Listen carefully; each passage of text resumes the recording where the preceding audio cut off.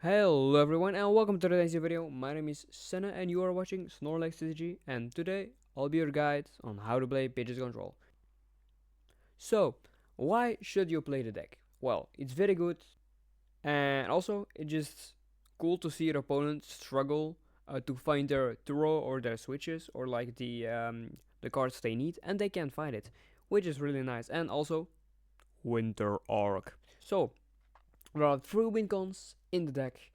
First one is deck out, second is take 6 prizes, and 3, make your opponent concede. They just forfeit the match. They just scoop up their cards and move on to the next round, which is really nice. So this is the deck list I am going to be using in this video.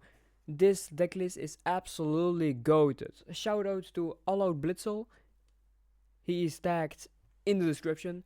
This guy is amazing. He streams a lot of his tournaments, plays almost every time Pidgeot control. He is the absolute goat of Pidgeot control. He's just absolutely insane. It's not even funny. He always cooks up some shit that actually just work, because Snorlax block is not nice. It's not really a good deck, but as you can see, there are 2 Snorlax with the block ability in this deck, but they are very nice in this deck. I swear, I promise.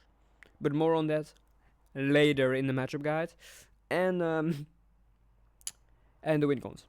So this list may look like what the fuck is going on, but it all makes sense in a little bit. There are 3 main groups of your deck. You gotta see your deck not like as one deck, but as like a couple. There are groups in your deck that work together really well. Like the first one is Bloodmoon Loop. That's the first one I'm going to talk about. Bloodmoon Loop is just basically just what the name says, just looping your Bloodmoon Ursaluna to attack over and over and over again, and healing it with Penny so it doesn't get KO'd. Subblock is just bring up your opponent and use Sob from your Ogerpon, or just with Snorlax in the active and just make your opponent get stuck.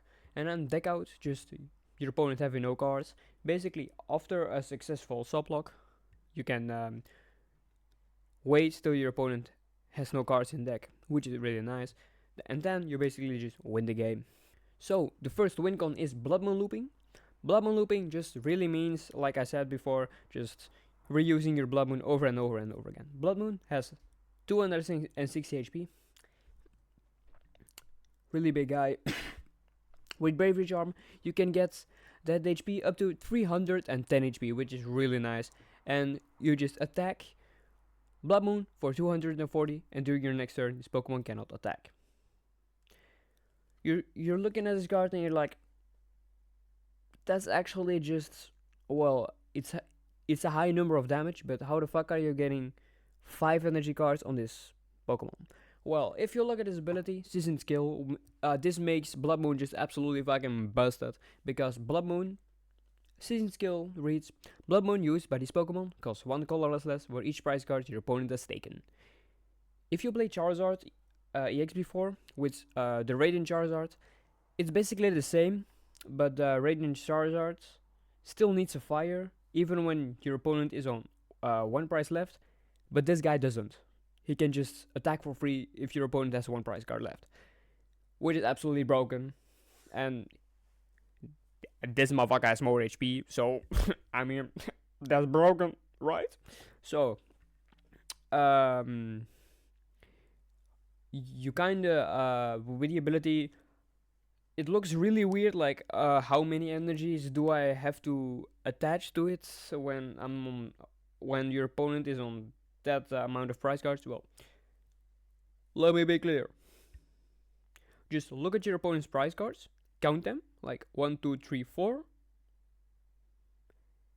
and you do -1, and that's the amount of energies you gotta put on your Bloodmoon. So you look at your opponent's prize cards, 1, 2, 3, 4, -1, so 3, and you can attack for 3 energies. But how the fuck are you getting 3 energies on this guy? Well, double turbo energy counts as two energies. Well, it does prevent just it reduces your damage with 20, but that doesn't really matter because you're not really want to one-shot things. And Miss Energy as your third energy, but then that's the problem. If you're penny looping and you don't want your Bloodmoon to get KO'd, how are you getting 3 energies on that Pokemon in one turn?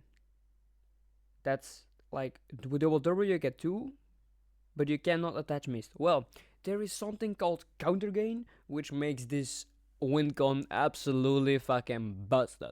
Because a counter gain just says, if you have more prize cards than your opponents, you need 1 more energy less. So with counter gain, you need 1 energy less, which means if your opponent is on 4 prizes and you're on 6, you can shove a Bloodmoon Ursaluna EX up front, attach a double turbo, attach a counter gain, and attack. And double turbo or Miss Energy is just depending on prize cards taken. If your opponent has like 2 prize cards, you can attack with Mist. You don't have to attach a double turbo energy.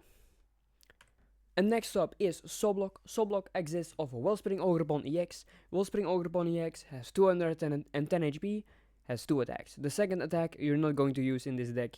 Only Lugia uses attack, but you don't really gotta know what the second attack do. I mean, you can read it right here, but that's not what we're going to talk about. We're going to talk about the first attack, Sob. It is for 1 colorless energy, 20 damage, and your opponent cannot retreat, which means they cannot switch into their attacker, but they can still get knocked out because you're doing 20 damage with Sob. So if you're using a double turbo energy, like I said before, double turbo reduces your damage by 20. You're doing 20 less damage to your opponent. So if you attach it to your Ogerpon, it may look like, why the fuck are you attaching 2 energies if you only need 1? Well, let me say this quickly. 1 energy attaching is not always better than 2. So double turbo energy is much better than Miss Energy. You can attach Miss Energy, but if you have double turbo, I mean, why not? Because if you're not KOing your opponent ever, they cannot switch into their attacker. So you win the game. Because you can just use that attack over and over and over and over again till they have no cards in deck, and you win the game, which is really nice. But your opponents can still use switch cards. And Professor Turo. So how are you negating those effects? How are you discarding, like destroying their Turos and their switch cards? Well, with the 3 on the bottom right, Misfortune Sisters, Eri, and Luxray.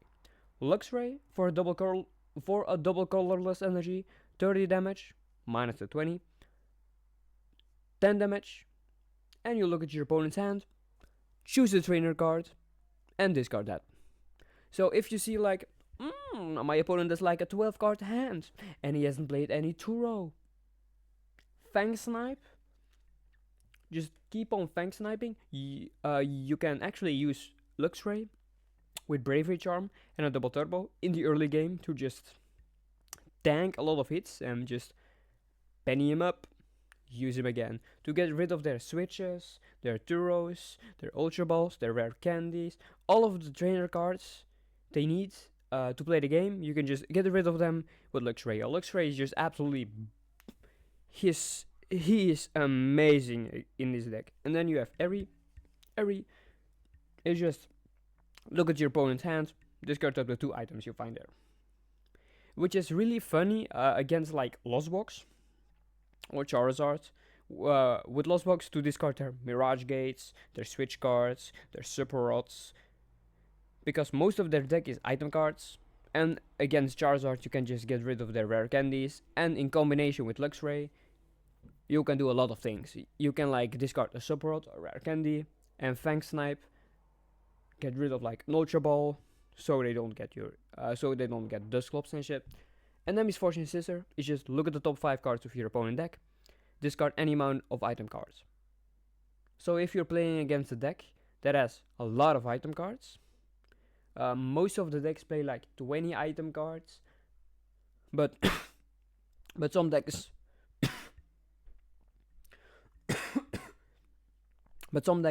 play like 30 or maybe even 40. So you can just Misfortune Sister, hope to mill like 3 or maybe even 5 cards. So they're decking out faster and you can mill their switches. It's not guaranteed to hit any cards, but I mean, if you hit like 3 or more, it's really nice. And then you have options, because Wuthering Ogerpon EX does not work if they have their attacker already up front. So you want to bring up something else. You can do that with Counter Catcher and Boss Order. Boss Order is just switch your opponent bench Pokemon to the active, and Counter Catcher does the same, but on an item card. When you have more prizes than your opponent, well, you're not taking any prizes in the early game, so that's really nice to use that. And then your opponent is normally not going to bench like a lot of liabilities like Lumineon, Rotom, Fezandipiti, or maybe Bibarel. Just the Pokemon they don't want to get saw blocked. But Accompanying Flute really just says, look at the top 5 cards of your opponent's deck, reveal any number of basic Pokemon, and put them onto your opponent's bench. So you literally just say, oh, so you want to keep this Pokemon in the deck? I don't think so. Place down all of their liabilities, Counter Catcher or Boss Orders, Wellspring Ogerpon EX, Saw block them. They can do nothing about Accompanying Flute. Absolutely nothing. Well, they can get all of their the Pokemon into their hand. And if you see them do that, you can just Erika Invitation. Erika Invitation is really nice. With Snorlax, which I'll talk about in a minute. But also when your opponent has just a big hand, or like I said, they took all of their Pokemons into their hand. Erika says, look at your opponent's hand. Another look at your opponent's hand card. I know. Amazing. More info. And you take a basic Pokemon, put it on the bench, and switch it into the active spot. So you have ways. If they bench a liability, bring it up front. If they have a liability in hand, bring it up front. If they have a liability in deck, bring it up front. So you are just guaranteed to hit Saw block. This is one of the most broken things in the game, in my opinion. But when your Ogerpon gets KO'd, well, you can recover it, but it gives up 2 prizes, so that's not really nice. So on the top middle, there are 2 more Pokemon. Mawa, which is not in this deck, but basically is the 1 prize version of Wellspring Ogerpon EX. It does the same with Tempting Trap, but no damage. But your opponent takes 90 more damage from attacks, which can combo with like Bloodmoon Ursaluna EX and stuff like KOs, but I'm not playing this. This list plays 2 block legs. I call it block legs because it's Snorlax with the block ability, so I call it block legs. Block legs just basically says your opponent cannot retreat. And yeah, they can use Cologne, but they don't have infinite Colognes. And you do have infinite Snorlaxes, so I mean, if you have 2, place down 1 in the active spot, place down 1 on the bench. First one gets KO'd with Cologne, shove up the next one, Counter Catcher up a liability, or use any other option to put a liability in play, bring that guy up front. Anyways, you're like, wait, but they can use Cologne, so Sop is a much better answer. You can also use Snorlax as like a bait, because he only gives a 1 price. As like a bait, like, use your Turo, use your Switch Cart. If they use that, you can get in with the Wellspring Ogerpon EX, and then do just the big loop. But with Snorlax, there's another nice thing. You can still use Rotom. So you can shove that guy on in the active, and like, you're like, oh wait, I need more cards in my hand. I have like 15 cards in my hand, but I want 18. You can just use instant charge, even with Snorlax in the active, and you're still locking your opponent from retreating, which is actually really nice. Yeah. So next up is a deck out. Deck out is just milling, just try to get your opponent's deck to 0 as fast as possible. It exists of Misfortune Sisters, and that cards, like I said, discards item cards from their deck, so they deck out faster. But when you're going to use the deck out is when you successfully soul block them. Well, if you're sure they don't have any switch options or energy cards left, you can just Misfortune Sister them, or even Xerosic. I don't know how to pronounce the other thing. I just call it Xerosic, and that guy really just says your opponent discards cards from their hands until they have 3 cards in their hand. So if they have like a fucking 25 card hand, they can only keep 3 cards. It is really nice because they don't know you have that card. Most of the players at like your locals do not even know this card exists. Which is pretty funny to me, because if they don't know the card is in your deck, they're just going to stack up cards, like keep getting cards in their hand, and then use Iono to shuffle those cards all back into their deck, so they have more cards in their deck over and over and over again. But if you use Xerosic, they gotta discard until they have 3. So if they discard like 20 cards from their hands, they cannot really Iono the big ass hands back into their deck. It doesn't really work like that. So yeah, your opponent is kind of fucked if they do that strategy. And then Luxray is just Fang Snipe, just try and get cards in the late game, just faster from their hand gone, and like Misfortune Sister in combination with Luxray, really nice. And why is the Regieleki there? Because after the successful soul block, you're gonna stop using soul block. But when are you stopping using soul block? It is when your opponent has no switch cards left, or no energy cards. If they have no energy cards or no super rods left, or cannot get any energy cards into play to like attack or switch or do some fun shenanigans, you can use this. Electromagnetic Sonar is amazing in this deck. Regieleki prevents self-deck out, because your opponent is not going to draw many cards, but you're constantly like quick search, get cards out of your deck, draw cards with a Rotom, search cards with Arven. You're playing a bunch of cards. Your opponent is literally just draw pass, draw pass, draw pass. So eventually you are going to not all the time, but sometimes you're going to deck out faster than your opponent. I know, crazy, but with Electromagnetic Sonar, that attack literally just says put a trainer card from your discard pile into your hand, and is also nice against to prevent the self deck out, because you can get Pal Pad back. Pal Pads shuffle your Iono or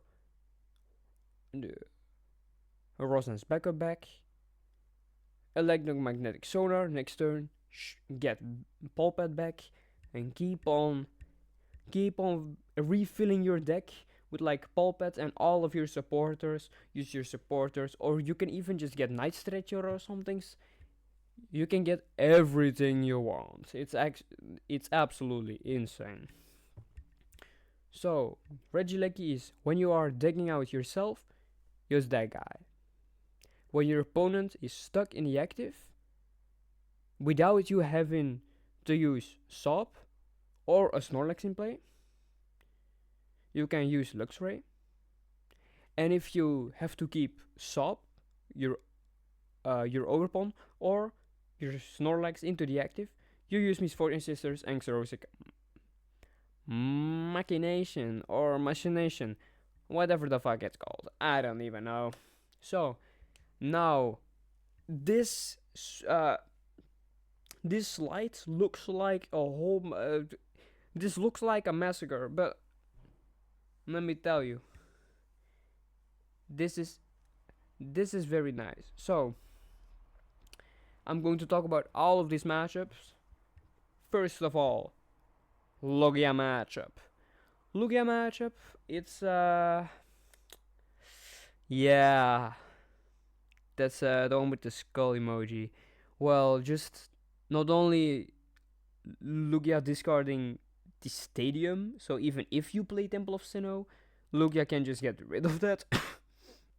And also just yeah, they have 4 jets, so retreat locking is not great because they can just keep on doing that. You gotta do it 5 times. And yes, you do have infinite Snorlaxes, but they still have just boss Pidgeots.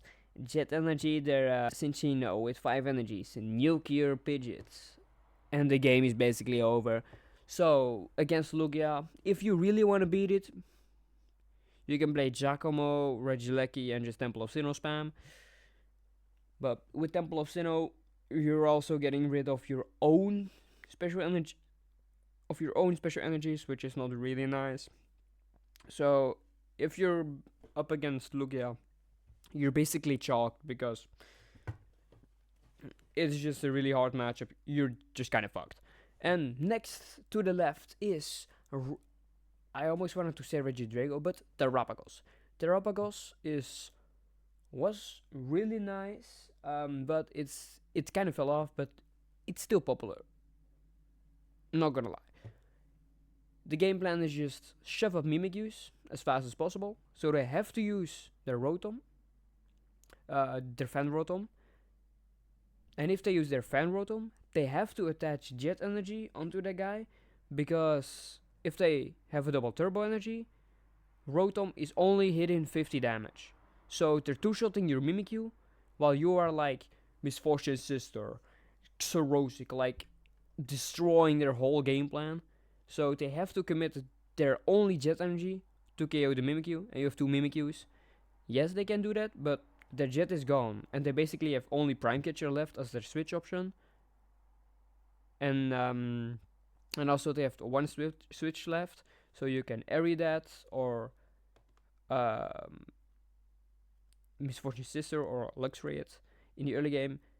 But Prime Catcher, yes, you can get rid of Eri.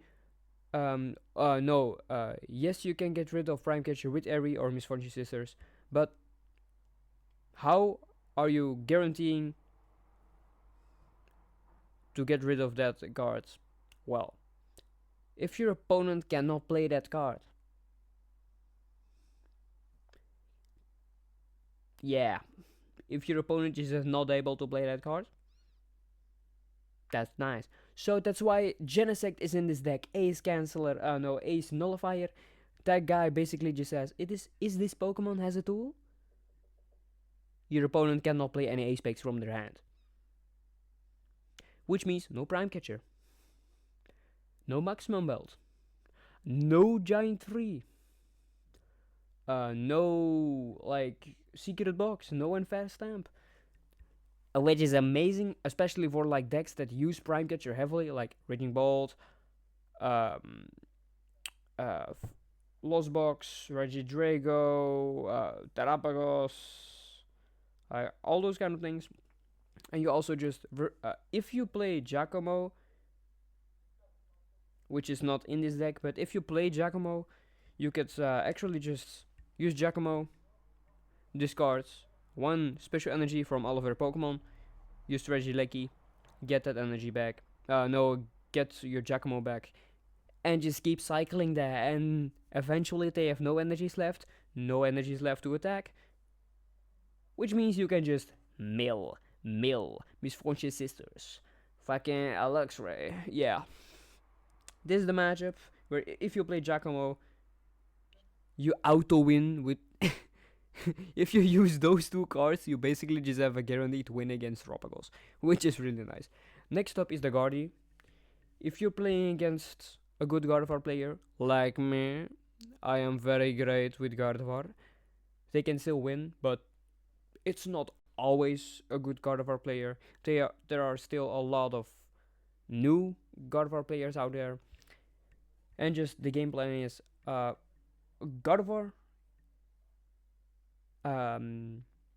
really just does like stack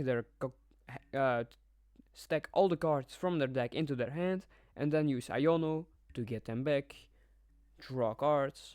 But if they do that, you can just use Xerosic, get rid of those cards. Yeah, and they're just gonna chalk because they have like no cards left in deck and no cards left in hand. So even Iono, it doesn't really bother them to use that card anymore because they're not getting any value of the card. And they also are or going to discard their liability Pokemon or keeping them in their hands. If they keep them into their hands, you can use Erika to bring them up to the active spots. And also just Ogerpon, their like Monkey Dory, or with Erika, like you bring up like their Manfield or something. You can just use Sop to just negate them from retreating. Yes, they have 1 Turo, but if you get rid of their one only Turo, like if they use that, you have 2 Snorlaxes left, and they cannot really win the game. Yes, they do have Klefki and Fluttermane. It's kind of hard to play against that, but yeah, if they use it correctly, you're kind of chalked. But I mean, it's fine.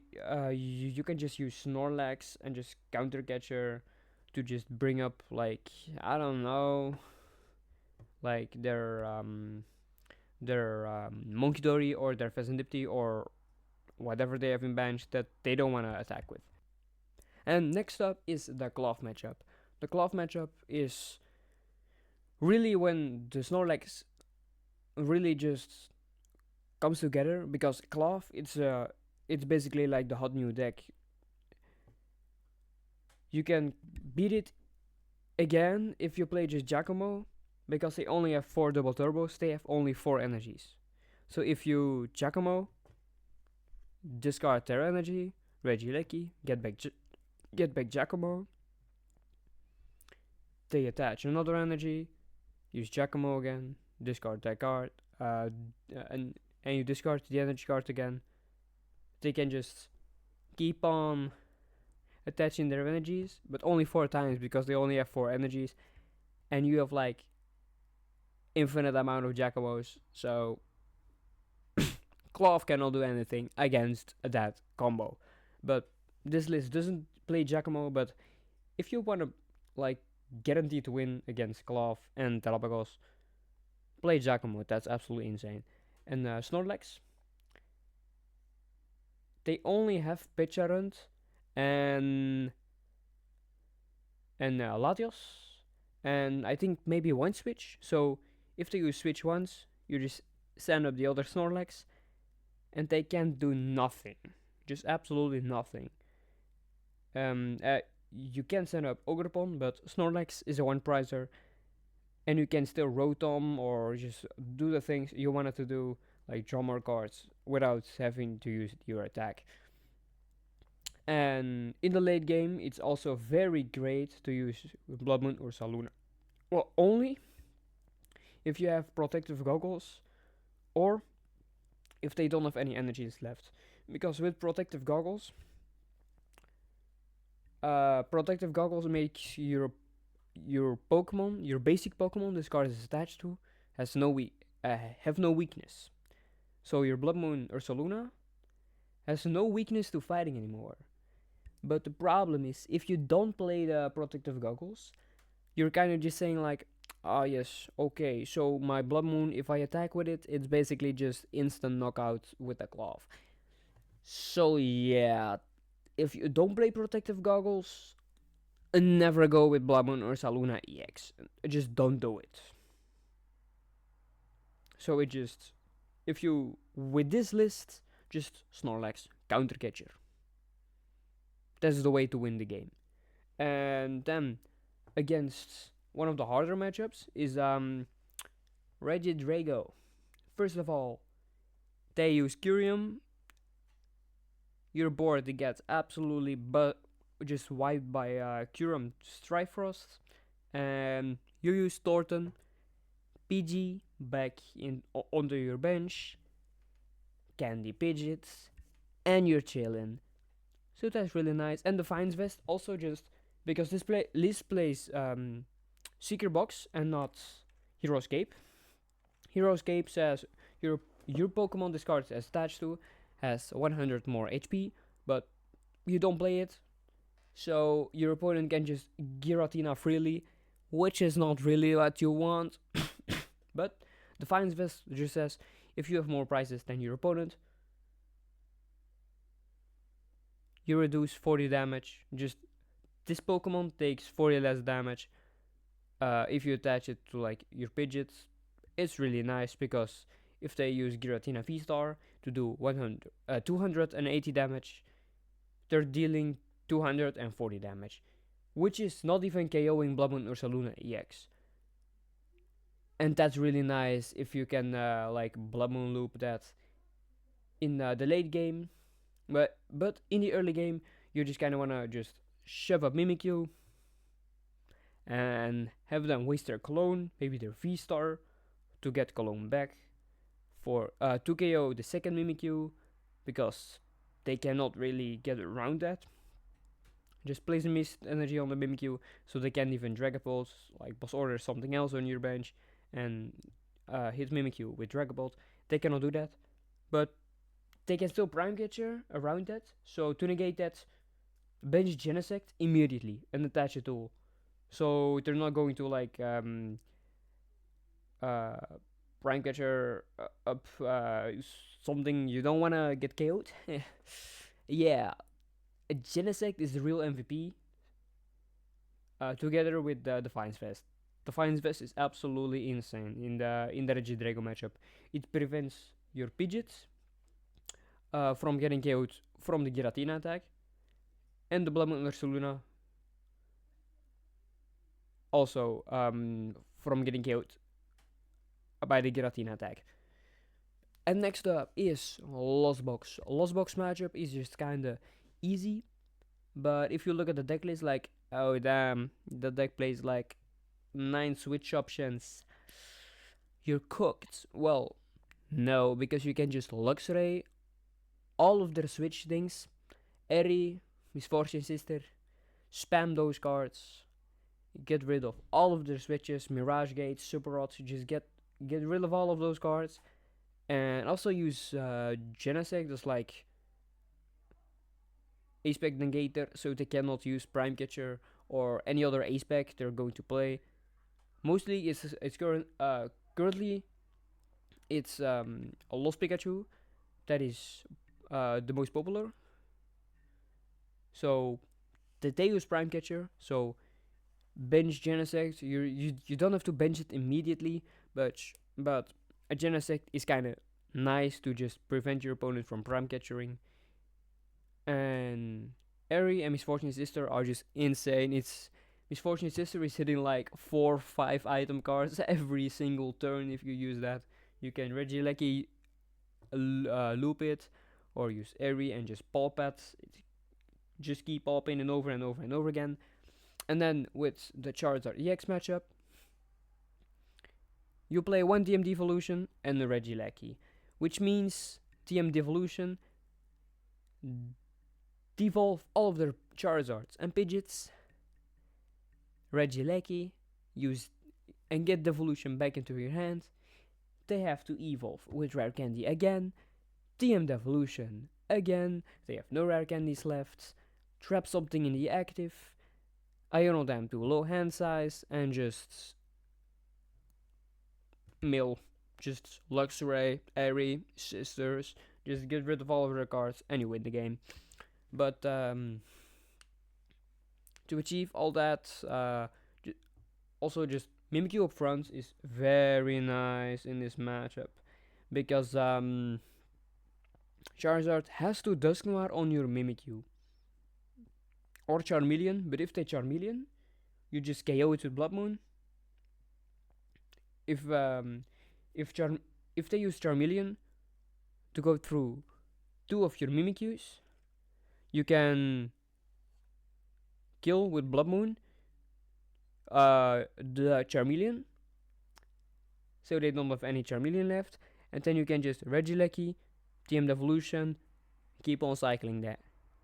Keep on just doing that and use Eri and Misfortune Sister, and just also just trapping their Pokemon because they only have 1 Turo. You can also just use Snorlax and Ogerpon to bait the Turo. They don't have any Pal Pads, maybe any weird like shenanigans with Secret Box. Maybe they do, but I don't think that list is popular. Well, I played that version, but I don't think many people know that version even exists. So, just think Zard plays no Pal Pad. They have only 1 Turo.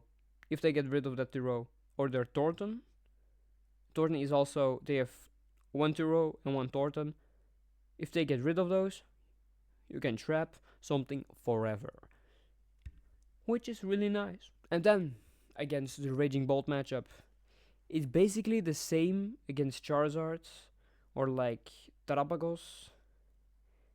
Raging Bolt only has 1 answer to get through your Mimikyus, which is or Prime Catchering or Bossing. Genesect negates Prime Catcher, yeah.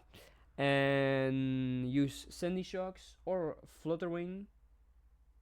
No, Slitherwing, not Flutterwing. Slitherwing and Sandy Shocks to get rid of your Mimikyus. But if they KO Mimikyu, you just counter Catcher up an Ogerpon, so they have to use Sada or one of their switches to switch back into their Mimikyu answer, and you just keep on cycling that. And in the late game, you can, when your opponent has no Salas left, or no Pal Pads, or no energies, you can just Bloodmoon loop and take 6 prize cards, or just Ogerpon lock because they have no switch cards. But I personally think the Bloodmoon loop is much better because taking 6 prizes with control feels much nicer than just retreat locking and waiting like half an hour till your opponent just runs out of cards because they don't want to scoop. And next up is Blocklegs matchup. Yeah, that matchup, I absolutely despise Blocklegs, which is weird because my channel mascot is Snorlax, but yeah, you just kinda just shove a Regieleki in the active and just don't bench anything else. Maybe a Pidgeot with like 2 energies so it can attack, but just use Regieleki. Keep on chaining those Aries and Misfortune Sisters to discard everything, because yes, they have Silene, but Silene says flip 2 coins for each heads, choose a card from your discard pile, put it onto your deck. They normally have like 1 heads, maybe 0, maybe 2, but Most of the time they hit like one hits. And if you're milling like 4 cards that they want, well, they cannot get those back in one turn. So so eventually they're going to deck out. But Snorlax is also just going to do the same as Guardy. Try and take as many cards in hand, use Iono. That's also when you use Xerosic. Following by an Iono. They never take prizes, so they draw 6. If they have 2 cards left in their deck, and they have, let's say, 20 cards in hand, you use Xerosic. They discard till they have 3. And next turn, you Iono them. They shuffle their hand into their deck, draw 6. But they only had 5 left. 2 in deck. 3 in their hand. They're drawing till they have, and they have 0 cards in hand. So they have 2 cards in deck, 3 cards in hand. Iono. Combine those 2, so they have 5 cards in total into their deck, and they draw with Iono 6 cards. They draw all 5 of their cards, and you pass. It's their turn. They cannot draw any cards, and you win the game. And then next up is Iron Thorns, one of the most fucked up decks in the format right now. It is also very hot. Same with Cloth. As you can see, yeah, those decks, that's why you play Snorlax. Yeah. With Iron Thorns, you just shove up Mimikyu. They have to kill that with a cologne. Thorns, just normal Thorns, plays 0 or 2 colognes. You can cycle Mimikyu with like Night Stretcher to get a third, and if you have a third, you don't bench anything else and you win the game, because you can just keep chaining that. And just keep milling that, their cards from their deck, not chaining. But if they play Dragapult Iron Thorns, you cannot use your Pidgeot ability, and they have access to use Dragapult. So Mist Energy is very nice to prevent Dragapult from spreading damage or placing damage onto your Pidgeot or Rotom or anything else. Well, you're not going to bench Rotom or maybe even Pidgeots, because, well, with Secret Box you play 4 Arvens. Basically 5, because Secret Box counts as another out to those cards. And you can use Secret Box to get Artazon, to get Snorlax. If you have 2 Snorlaxes and 2 counter catchers, you win the game. They have only 1 switch option in their deck, and that's Professor Turo. So if they Turo once, they have no Pal Pad. They cannot recover that card. You just shove up another Snorlax, counter catcher, and yeah, they cannot switch, because it's much harder to find your energy and your Ogerpon without Pidgeot. But with Arven, you can get Secret Box. Secret Box could get Artazon and Nest Ball. Artazon could get your Snorlax, and Nest Ball could get your other Snorlax, and you're kinda set. You just have to find your 2 counter catchers with Arvens. So yeah, that matchup is, if you play it right, it's kind of free. I think the freest matchups are Zard, Blocklegs, Raging Bolt, and Dragapult Iron Thorns. And Dragapult Iron Thorns looks really scary, but trust me, if you just use your 2 Snorlax, your 2 Mimikyus, Counter Catcher, and Artazon, you're just chillin'. So, in the next video, because this video has taken a while, in the next video, I'm going to show you guys some gameplay footage of how to play this version of Pidgeot Control. And that'll be it. And now, some tips. 1. Read your opponent cards. It is just, in general, if you don't know what that card does, or haven't seen that card, just ask your opponent, can I see that card? You take the card, you read it. Okay, so it does that. So you don't make any mistakes like bring that Pokemon up front. Oh wait, I cannot attack that Pokemon. Like people do with Mimikyu, yes sir. And 2, don't be scared to give your opponent prize cards. Because the golden rule is, the game is not over until your opponent takes their last prize cards. So even if they have one prize card left, you can still win the game. I'm not joking. It's true. Just like don't,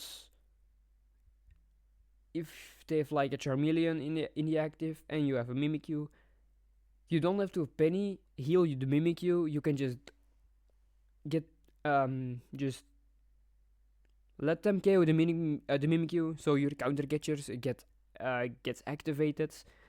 That's you want to activate your counter catchers if your opponent hasn't taken any prizes. That doesn't really yeah, your Gus options are limited to boss and Pal Pad, so yeah.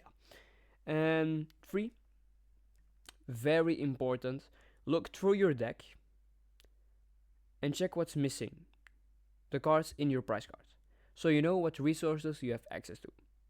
For example, alright, I'm gonna wanna play so for example, against the Iron Thorns matchup, you have Arven in hand and you use Arven to get Secret Box, and you want to get 2 Snorlax, so Nest Ball and Artazon. But you check in your deck, oh, my second Snorlax is in my prize cards. Then instead of taking Nest Ball, you could get Heavy Ball. Heavy Ball, look at your prizes, take a basic Pokemon, put Heavy Ball into your prizes, shovel those prizes, lay them back down. That's why the first deck search, the first time in a match you're going to go into your deck, just go through your deck and check what's missing, and then write them down. Like if you have like a piece of paper, or maybe like a little notepad where you can write down your prizes for every round, so you know which cards are priced, and you also don't have to remember those prizes while thinking like I gotta do this, I gotta do that, which makes the game a lot easier. I also do that. A lot of people also do that. Price checking is really hard if you're beginning, but with that method, it's easy. And 4, stick to one win condition, or switch win conditions when needed. So don't go like, alright, now I'm going to Saw Block, and then next turn I'm going to use Bloodmoon to kill that guy, and then I'm going to use Saw Block again.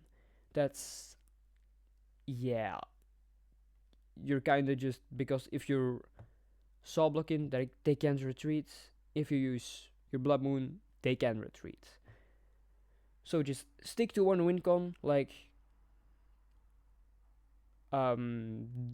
discarding their switches, and don't just go after that attacking with Bloodmoon. That's not really how the win conditions work. Or switch win conditions when needed. Like, alright, so I'm going to use Luxray to discard their Turo, but if they use Pokestop, for example, or Ultra Ball, and get rid of their Turo, you can change their game plan. Or maybe if they bench like a Pokemon, like you're going for a discard win condition, like use Eri, use Misfortune Sister, and they bench a Fezandipiti, then you can switch to Sawblock. You just gotta look at their board state and say like, alright, so I wanna do this against that deck, like with the matchups. Just focus on that thing and you're good. And then 5, play as fast as possible if you're playing in real life. You may be asking, why? Why do I have to play really fast? Well, players in real life can sometimes play a little bit slower than online, because the time works differently online than in real life. And a win is better than a tie. So,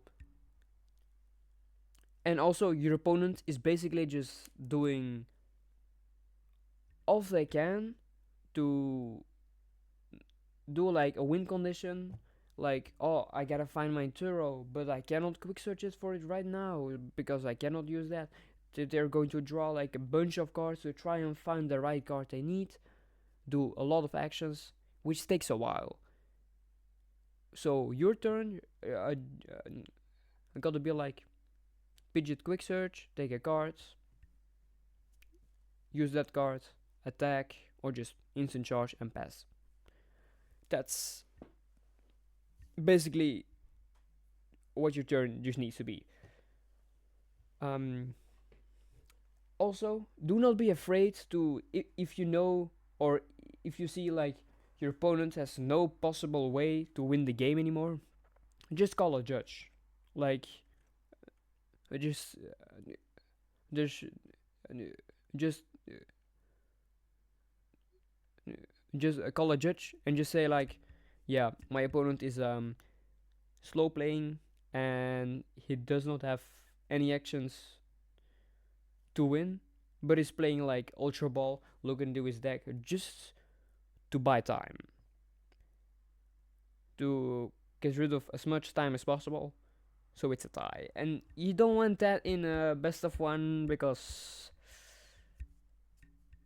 yeah, that's not really nice. So just play as fast as possible if you're playing IRL, because another thing, if your opponent knows how to play against control, they're going to play a little bit slower, so they can chip off chunks of the time. Yeah, that's kind of the trick of playing against control. So just play as fast as possible if you're playing in real life. I'll say it a million times, but just be like the fucking Flash. And the golden rule: the game is not over until your opponent takes their last prize card. It is true. It is proven. So, I hope you guys learned from this guide, like the Snorlax in the bottom right corner says. And in the next video, I'll show you guys some gameplay examples. And love you all. I'll see you next time. Snorlax out.